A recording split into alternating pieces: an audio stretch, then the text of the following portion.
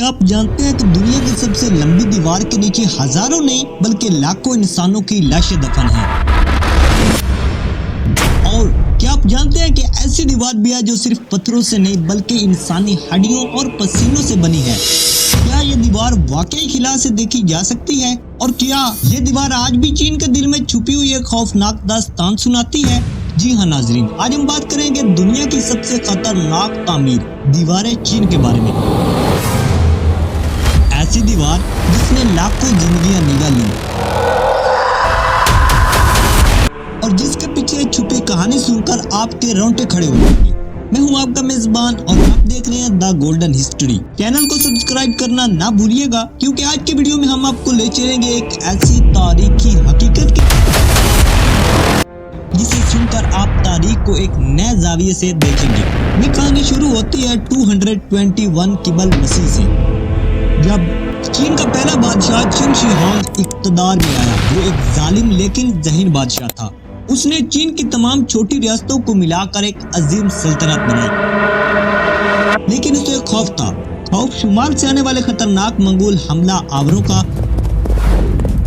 जो चीन के गांव जला देते और लोगों को कैदी बना लेते थे।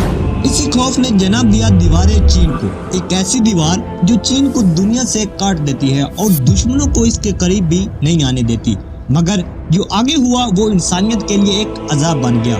तारीख बताती है कि बादशाह ने तकरीबन 30 लाख मजदूरों, सिपाहियों और कैदियों को दीवार की तामीर पर लगा दिया। उनमें किसान, गुलाम और वो लोग भी शामिल थे जिनमें मामूली जुर्म का इल्जाम था।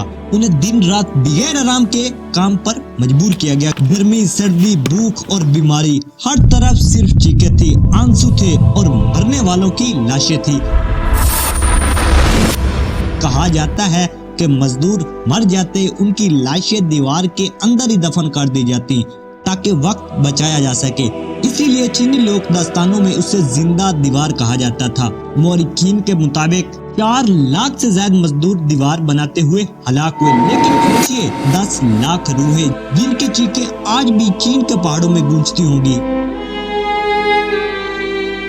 ऐसा लगता है जैसे हर ईंट के नीचे एक इंसान की रूह कैद है।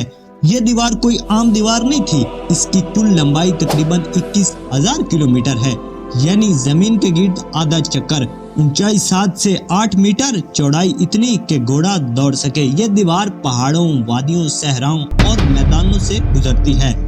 इसकी लंबाई इतनी है कि अगर आप रोज 10 घंटे चलें तो पूरा सफर करने में 1 साल से ज्यादा लगेगा। यह दीवार बहरे बुहाई से शुरू होती है और गोपी सहरा पर खत्म। ये 15 से ज्यादा सूबों और इलाकों से गुजरती है। दीवार सिर्फ एक बादशाह का ख्वाब नहीं थी, ये मुख्तलिफ अदवा में बनती रही। सबसे बड़ा काम मिंग खानदान यानी कि 1368 से लेकर 1644 के दौर में हुआ, जब दीवार को ईंटों और पत्थरों से मजबूत किया गया। लेकिन हर बार दीवार की तोसी के साथ हजारों जानें कुर्बान हुई। दीवार के करीब कई तारीखी शहर जैसे बीजिंग, ज़ांगजियाकू और यानचिंग। इन शहरों के करीब दीवार के सबसे मशहूर हिस्से हैं, जैसे बादलिंग, जहां आज लाखों से आते हैं। लेकिन चंद हिस्से ऐसे भी हैं जहां जाने की इजाजत नहीं, क्योंकि वो हिस्से इतने पुराने और खतरनाक हैं कि वहां कदम रखना भी जानलेवा साबित हो सकता है। चीनी अवाम में आज भी एक अकीदा पाया जाता है कि दीवार के अंदर दफन रूहें आज भी जिंदा हैं। रात के वक्त हवा के साथ साथ दीवारों से सरगोशियां सुनाई देती हैं।